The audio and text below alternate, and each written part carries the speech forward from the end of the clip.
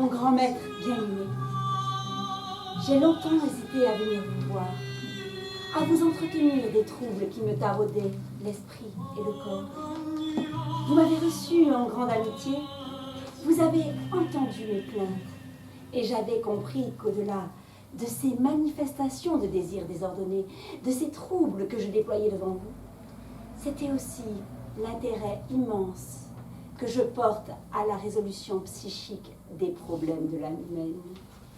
J'ai reçu votre lettre élogieuse à mon égard et j'ai compris l'intérêt que vous portez à la psychanalyse. Mes parents étaient juifs. Je suis également resté juif. Je souffre de réminiscences comme mes hystériques. Vos rêves à présent. Parlez-moi de vos cauchemars, de ce qui bouillonne en vous lorsque vous n'êtes pas en état de conscience entière. Docteur, mes rêves sont des rêves. Mais non, Dora. J'accorde une très grosse importance aux rêves. Il faudrait devenir de véritables détectives de nos rêves. Le rêve ne pense ni ne calcule. Il ne juge pas. Il se contente de transformer. Dora, nos rêves sont la réalisation de nos désirs inconscients. Je retourne chez moi et la bonne m'annonce que mon père est déjà sous terre, au cimetière. Je voudrais arrêter le traitement tout de suite et définitivement. Je voudrais tout arrêter. Je désire interrompre votre thérapie. Partir, en finir.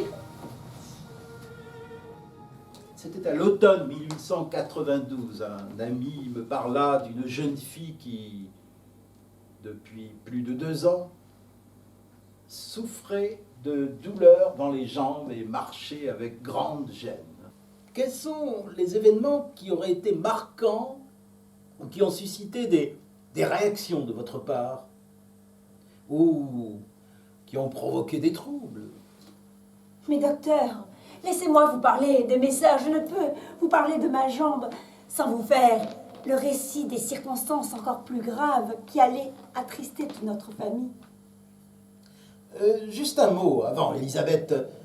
Votre père plaçait sa jambe à quel endroit lorsque vous lui enrouliez ses bandages de nuit? Sur ma cuisse droite, il posait sa jambe avec précaution sur ma cuisse, pas loin du genou droit. Avez-vous d'autres épisodes, d'autres distractions? Non, je vous l'ai dit, je n'abandonnais plus mon père. C'était ma décision devant la gravité de son état. Comment, cher docteur, comment de telles idées mauvaises peuvent venir vous accabler, vous surprendre, vous envahir, vous détruire, vous pervertir?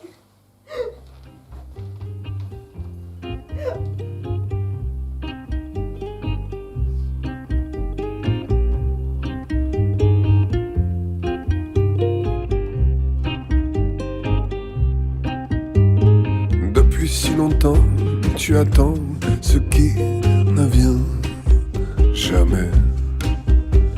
Chasseur d'ombre, chasseur de fantômes.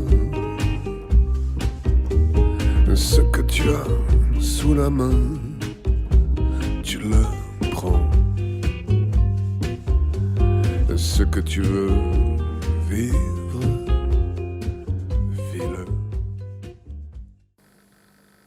Les techniques physico-somatiques ou celles de la suggestion par hypnose